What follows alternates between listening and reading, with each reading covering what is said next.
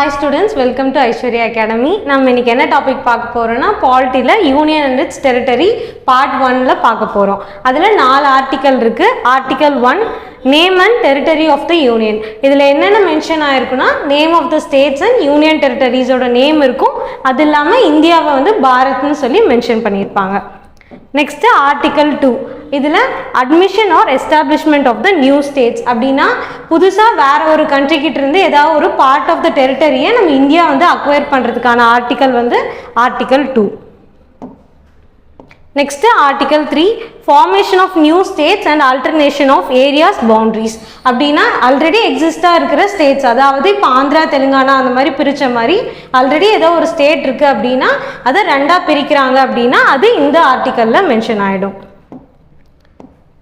Article 4 laws made under Article 2 and 3 to provide for the amendment to the first and fourth schedule.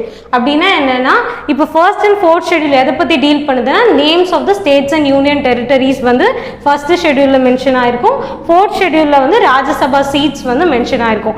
இப்போ 2 and 3ல ஏதாவது ஒரு changes கொண்டு வந்தால் அது ஆட்டோமேட்டிக்கலாக எங்கே ரிஃப்ளெக்ட் ஆகும் அப்படின்னா இந்த ஃபர்ஸ்ட் அண்ட் ஃபோர்த் ஷெடியூலில் ரிஃப்ளெக்ட் ஆகும். இந்த 4 ஆர்டிகல்ஸ் தான் வந்து first part of the constitution union and its டெரிட்டரியில் இருக்கு.